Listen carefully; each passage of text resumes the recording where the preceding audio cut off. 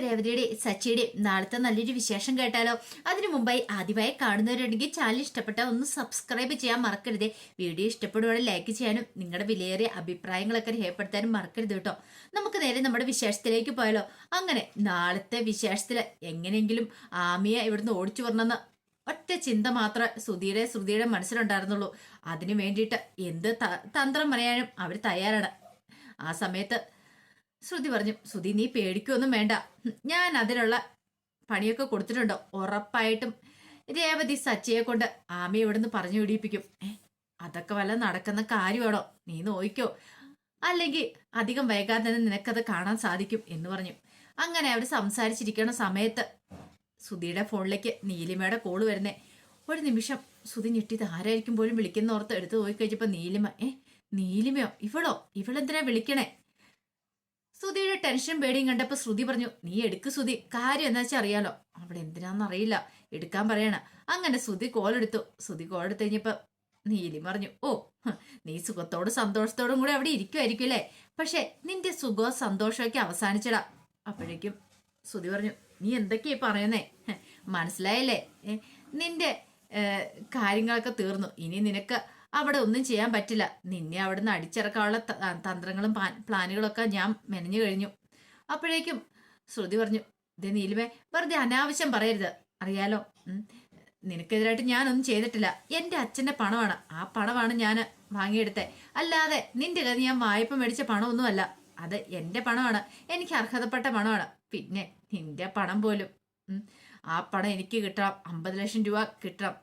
ആ പണം എൻ്റെ കൈ കിട്ടാറായതായിരുന്നു. അപ്പോഴാണ് വീണ്ടും നീ പണി തന്ന്. അപ്പൊ ഇത് ഞാൻ വെറുതെ വിടുമെന്ന് നിനക്ക് തോന്നുന്നുണ്ടോ? ഒരിക്കലും വെറുതെ വിടില്ലടാ. പിന്നീട് നീലിമ പറഞ്ഞു, എടാ, ഒരു തീക്കൊള്ളിയുമായിട്ട് നിനക്ക് ചുറ്റും ഒരുത്തി നടക്കുന്നുണ്ടാ. അത് ഉറപ്പായിട്ടും നടന്നിരിക്കും നിനക്ക് ചുറ്റും. നിനക്ക് ഇനിയിപ്പോ ഒന്നും ചെയ്യാൻ പറ്റില്ല. നീ കണ്ടോളാനൊക്കെ പറയാണ്. ആ സമയത്താണെങ്കിൽ ഫോൺ വിളിച്ചുകൊണ്ടിരിക്കുന്ന സമയത്ത് അവിടേക്ക് ആമി കയറി വരുവാണ്. ആമിയെ കണ്ടു കഴിഞ്ഞപ്പോഴത്തേനും ശ്രുതി ഒരു നിമിഷം ഒന്നും ഞെട്ടിപ്പോയി. ഈ ഫോൺ വിളിച്ചുകൊണ്ടിരിക്കുന്ന സമയത്ത് തന്നെ ഇവള് കയറി വന്നിരിക്കുന്നു. അവളുടെ ആ നോട്ടം, അതൊരു വല്ലാത്ത നോട്ടമാണ്. അത് കണ്ടപ്പോ സഹിച്ചില്ല. പെട്ടെന്ന് ശ്രുതി കോളം കൂടെ കട്ട് ചെയ്തു. ശ്രുതി ചോദിച്ചു, എന്തായിരുന്നു ഫോണിൽ കൂടെ എന്റെ ഫോണിൽ പലരും വിളിക്കും, ഞാൻ സംസാരിക്കും, അതിനൊക്കെ നിനക്കെന്താ? അപ്പൊ നീയാണ് ഇതിന്റെ പിന്നിലല്ലേ? എന്തിനു പിന്നില്? കൂടുതലൊന്നും നീ പറയണ്ട, എനിക്കെല്ലാം മനസ്സിലാവുന്നുണ്ട്. അപ്പോഴേക്കും ആമി പറഞ്ഞു, എനിക്കും മനസ്സിലാവുന്നുണ്ട്. നീ ഇവിടെ കാണിച്ചു കൂടുന്ന കള്ളത്തരങ്ങളൊക്കെ പലതും ഞാൻ പുറത്തു കൊണ്ടുവരും. ശ്രുതി പറഞ്ഞു, എന്ത് കള്ളത്തരങ്ങള്? ഞങ്ങൾ അതിന് ഇവിടെ കള്ളത്തരങ്ങളൊന്നും കാണിക്കുന്നില്ലോ. കാണിക്കുന്നുണ്ടോ ഇല്ലയോ? രണ്ടുപേരുടെ മുഖത്ത് നല്ല ഭയമുണ്ടല്ലോ. ഞാൻ എന്നെ കാണുമ്പം നിങ്ങൾക്ക് എത്ര പേടി? എന്താ, എന്തെങ്കിലും വലിയ കള്ളത്തരം കാണിച്ചു കൂട്ടുന്നുണ്ടോ? അപ്പോഴേക്ക് ശ്രുതിനെ ഒന്ന് നോക്കി. ഇവൾക്കെല്ലാം അറിയാൻ തോന്നേ. ഇവൾ വന്നിട്ടോ തങ്ങളെ വെറുതെ ഇട്ട് കളിയാക്കാൻ വേണ്ടിയിട്ട്, അല്ലെങ്കിൽ ഒന്നും വല്ലാതാക്കാൻ വേണ്ടിയിട്ട് പറയുന്നതാണോ എന്നൊരു ചിന്ത മനസ്സിലേക്ക് വരുവാണ്. അപ്പോഴേക്കും ശ്രുതി പറഞ്ഞു, ദ്യാമി, വെറുതെ നീ ഇങ്ങനെ എപ്പോഴും ഞങ്ങളെ വന്ന് ശല്യം ചെയ്യേണ്ട കാര്യമില്ല. ഞങ്ങൾ ആരെങ്കിലും ഫോൺ വിളിച്ചോട്ടെ, നിനക്കെന്താ? നീ ഒരുമാതിരി അർത്ഥം വെച്ച് സംസാരിക്കുന്നതിൽ ഇടയ്ക്കിടയ്ക്ക് വന്ന് ഞങ്ങളോടൊക്കെ ഇങ്ങനെ പറയണേ. ഞങ്ങൾ എന്തോ വലിയ കള്ളത്തരം കാണിച്ചിട്ടുണ്ടെന്ന്. അത് കാണിച്ചോർക്കല്ലേ അറിയത്തുള്ളൂ. പക്ഷെ അതിനെക്കുറിച്ച് ഞാൻ പറഞ്ഞുണ്ടല്ലോ, പിന്നെ നിങ്ങൾക്കൊന്നും ഇവിടെ വലിയ പിടിച്ചു പൊണ്ടാകത്തില്ല. ആ സെക്കൻഡില് നിങ്ങൾ പുറത്താവുന്നൊക്കെ പറഞ്ഞു. അതുകൂടെ കേട്ട് കഴിഞ്ഞപ്പോ വല്ലാത്തൊരു ടെൻഷനായിപ്പോയി. ശ്രുതിക്കും എന്ത് ചെയ്യണമെന്ന് അറിയില്ല. പിന്നീട് ആമി ഒന്നും അറിയത്തില്ലാത്ത മട്ടില് പുറത്തേക്ക് ഇറങ്ങിപ്പോയി കഴിഞ്ഞപ്പോ ശ്രുതി പറഞ്ഞു, ഇപ്പൊ എനിക്ക് പൂർണ്ണമായിട്ട് ബോധ്യമായി. ഇതിന്റെ പിന്നില് അവളാണ് ആ നീലിമ. ആ നീലിമയുടെ കൂടെ ആമിയുണ്ട്. എല്ലാരും കൂടെ ഒത്തുചേർന്നിട്ടുള്ള കളിയാണ്. കൃത്യസമയത്ത് തന്നെ ഫോൺ വിളിച്ചോണ്ടിരുന്നപ്പോ തന്നെ അവള് കയറി വന്നതുണ്ടോ ആമി. അപ്പൊ അതിനർത്ഥം എന്താ? ശ്രുതി പറഞ്ഞു, അതാ എനിക്ക് പേടി. ഇവളെല്ലാം കുളവാക്കുന്ന തോന്നേ. നമ്മളാണ് 50 ലക്ഷം നീലിമയുടെ കയ്യിൽ നിന്ന് വാങ്ങിയെന്നുള്ള കാര്യം അറിഞ്ഞിട്ടുണ്ട്. അതോടുകൂടി തീർന്നു. കാരണം നീലിമ അടിച്ചുകൊണ്ട് പോയ ആ പണം വാങ്ങിയിട്ടാണ് നമ്മൾ വീണ്ടും കട തുടങ്ങിയെന്നുള്ള കാര്യം അറിഞ്ഞിട്ടുണ്ടെങ്കിൽ പിന്നെ അച്ഛൻ നമ്മളിവിടെ വെച്ചു ഉറപ്പിക്കില്ല. ആ സെക്കൻഡിൽ തന്നെ അടിച്ചിറക്കും. അത് മാത്രമാണോ? സച്ചിയുടെ കാര്യം ഒന്ന് ആലോചിച്ച് നോക്കിയേ. സച്ചി ഒന്നും സഹിക്കില്ലെന്ന് പറയാം. നോക്കാം, ചിലപ്പോ അതൊന്നും ആയിരിക്കില്ലെങ്കിലോ. അങ്ങനെയൊന്നും അല്ല. ഈ ആമിയുടെ മനസ്സിൽ എന്തൊക്കെയോ ഗൂഢാലോചന ഉണ്ട്. അവള് പറഞ്ഞു കേട്ടില്ലായിരുന്നു, ഒരു തീക്കൊള്ളി നമുക്ക് ചുറ്റും ഉണ്ടെന്ന്. ദൈവമേ, ഇനിയിപ്പോ ആ തീക്കൊള്ളിയായിട്ട് വന്നേക്കുന്ന ഇവളാന്ന് എനിക്ക് തോന്നുന്നേ. അവള് പുതിയ തന്ത്രമായിട്ട് ഇറങ്ങിയിരിക്കുവോ ആമിയുടെ കൂട്ടുകാരി തന്നെയാ ഈ പറയുന്ന നീലിമ. അതൊക്കെ ഓർത്തു കഴിഞ്ഞപ്പോ രണ്ടുപേർക്കും നല്ല ടെൻഷനായിരുന്നു. അതേസമയം സച്ചിൻ രേവതിയും കൂടെ മുറിയിലായിരുന്നു. അങ്ങനെ മുറിയിൽ സംസാരിച്ചുകൊണ്ടിരിക്കുന്ന സമയത്ത് സച്ചിയോട് രേവതി പറഞ്ഞു, ഈയിടെയായിട്ട് ഞാൻ ശ്രദ്ധിക്കുന്നുണ്ട് സച്ചിയാണ് എന്നോട് ഇത്തിരി സ്നേഹക്കുറവുണ്ടോന്ന്. എന്ത്? അല്ല, എൻ്റെ കാലൊടിഞ്ഞപ്പോഴത്തെ സ്നേഹമൊന്നും ഇപ്പൊ കാണുന്നില്ല. ഓ, അതാണോ? ആ, സ്നേഹം ഇല്ലാത്തോണ്ടൊന്നും അല്ല, തിരക്കായതുകൊണ്ടല്ലേ. എന്ത് തിരക്ക്? സച്ചിയാണ് എന്താ തിരക്കിപ്പ? അല്ല, അത് പിന്നെ കൂട്ടുകാരി വന്നിട്ടുണ്ടല്ലോ അല്ലേ, കൂട്ടുകാരുടെ ഒപ്പം നടക്കണമല്ലോ, അപ്പൊ എന്നെ നോക്കാനായിട്ട് സമയമില്ലല്ലോ അല്ലേ. എന്താ രേവതി നീ ഇങ്ങനെയൊക്കെ പറയണേ? എന്റെ മനസ്സിൽ അങ്ങനെയൊന്നും ഇല്ല. പിന്നെ പിന്നെ ഉണ്ടോ ഇല്ലയോ, അച്ഛമ്മ ഇങ്ങോട്ടേക്ക് വരട്ടെ, ഞാൻ പറഞ്ഞു കൊടുക്കുന്നുണ്ട് എന്നെ നോക്കാനായിട്ട്. ഇപ്പൊ സച്ചിയേണ്ട സമയമില്ല പോലും. ആര് പറഞ്ഞു നിന്നെ നോക്കാൻ സമയമില്ലെന്ന്? നിന്നെ ഞാൻ നോക്കുന്നുണ്ടല്ലോ. നോക്കുന്നുണ്ട്. എന്നെ പേടിച്ച ഇടയ്ക്ക് ഓടി ഓടി വന്ന് നോക്കുന്ന കാണുന്നേ. അല്ലാതെ എൻ്റെ അടുത്ത് ഇത്തിരി സമയം ഇരിക്കാനോ സംസാരിക്കാനോ സച്ചിയുടെ സമയം കണ്ടെത്താറുണ്ടോ? മര്യാദയ്ക്ക് ഇവിടെ ഇരുന്നാൽ മതി. ഇനി പുറത്തേക്ക് ഇറങ്ങി പോയാലുണ്ടല്ലോ. അങ്ങനെയൊക്കെ പറഞ്ഞ് സച്ചിനെ അവിടെ മുറി പിടിച്ചിരുത്തി. ആ രേവതിയുടെ മനസ്സിലാണ് നല്ല ടെൻഷനായിരുന്നു. ഒരു പക്ഷെ ശ്രുതി പറഞ്ഞ പോലെ ആയിരിക്കോ ഇവർ രണ്ടുപേരും തമ്മിൽ പ്രണയമായിരിക്കോ ആമയും സച്ചിയനും തമ്മില്. അങ്ങനെ പ്രണയം ഉള്ളത് കൊണ്ടാണോ ആമി സച്ചിയണ്ണെ കാണാൻ ഇങ്ങോട്ടേക്ക് വന്നേ? അങ്ങനെ നൂറ് ചിന്തകളൊക്കെ രേവതിയുടെ മനസ്സിൽ കൂടെ കടന്നു പോവാ. അങ്ങനെ സച്ചി അവിടെ പിടിച്ചിരുത്തി വർത്താനം പറഞ്ഞുകൊണ്ടിരിക്കുക, പുറത്തേക്ക് പോലും വിടാതെ. അപ്പോഴേക്കും ആമി അങ്ങോട്ടേക്ക് വന്നു. ആമി എന്നിട്ട് ആഹാ, എടാ നീ എന്താടാ മുറിക്കകത്ത് കയറി അടയിരിക്കണം, നീ എന്താ പുറത്തേക്കൊന്നും ഇറങ്ങാത്ത? അല്ല, അത് പിന്നെ രേവതി രേവതി അവിടെ ഇരിക്കട്ടെ. നിനക്ക് എന്താ പുറത്തേക്കൊന്നും ഇറങ്ങി വന്നാല്? ദേ, ഞാനാണെങ്കിൽ പുറത്ത് വന്ന് ആകെപ്പാടെ ബോറടിച്ചിരിക്കുമായിരുന്നു. ഇവിടെ നിന്നെ കണ്ട് സംസാരിക്കാൻ കേട്ടല്ലേ ഞാൻ വന്നേ. പിന്നെ നീ എന്താടാ ഇങ്ങനെ ഇതിനകത്ത് തന്നെ കയറിയിരിക്കുന്നേ?